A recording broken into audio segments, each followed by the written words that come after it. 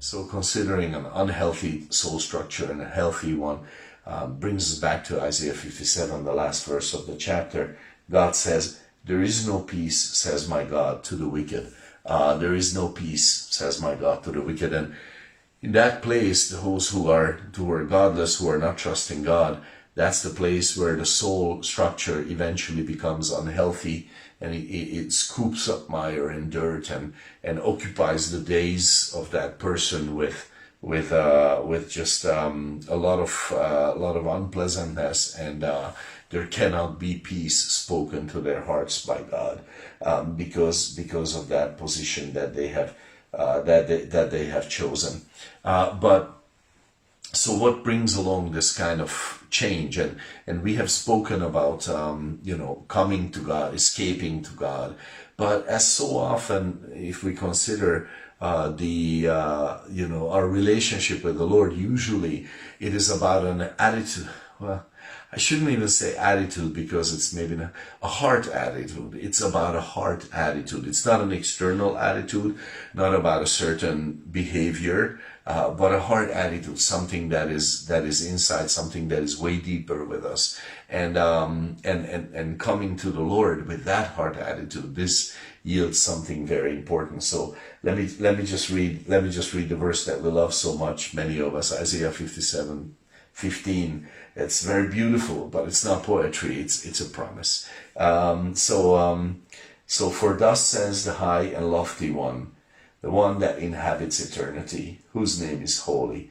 I dwell in the high and holy place, with him also that is of a contrite and humble spirit, to revive the spirit of the humble, and to revive the heart of the contrite ones. So contriteness, this is the heart attitude that we're talking about, contriteness. So when a soul, when someone goes away from God, and God has to hide himself from him because he's living in sin, and therefore reality, he meets reality hard, and it hurts and it's painful.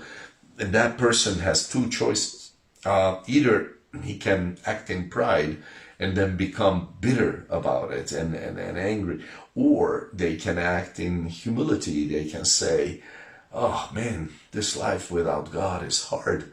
I'm not enough for life on my own, and I'm just not enough for this life like this," and take a humble position.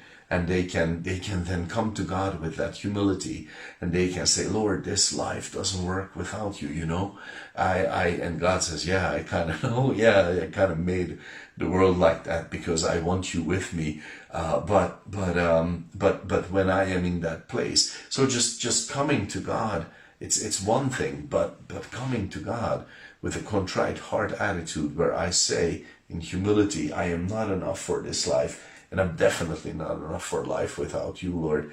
I need you in this," and coming to God with that expectation. That's the running to God and fleeing to him and taking hold of him and saying, I want you, I need you, because God, gosh darn it, I am not enough for this. So please, I just need you. I just need you so badly in my life, because I have actually seen, I have witnessed this, that there were believers who have chosen to turn away from the Lord. They have believed in Jesus, and then they decided to just go away, and God had to hide himself because they were living in a sin. And then they decided in pride to get mad at God, and they were saying things like, "How could God do this to me? Why is this happening to me? What is wrong with this?" And you know what? God could not heal their hearts. God could not. How does it go? God could not revive their hearts because they were not contrite, but they were bitter, and they said. They said, God does not have a right to do this. And they never came to God in the humility where they said, I need you, Lord. This is what I need you in my life. And because they couldn't, therefore God couldn't speak peace to their souls, couldn't calm down their souls. In our lives, it's very important to have the right heart attitude, because that is the way to a healthy soul structure. a healthy soul structure, and not to an unhealthy one. So that's a good chunk to meditate on, I trust, and God bless your day with that.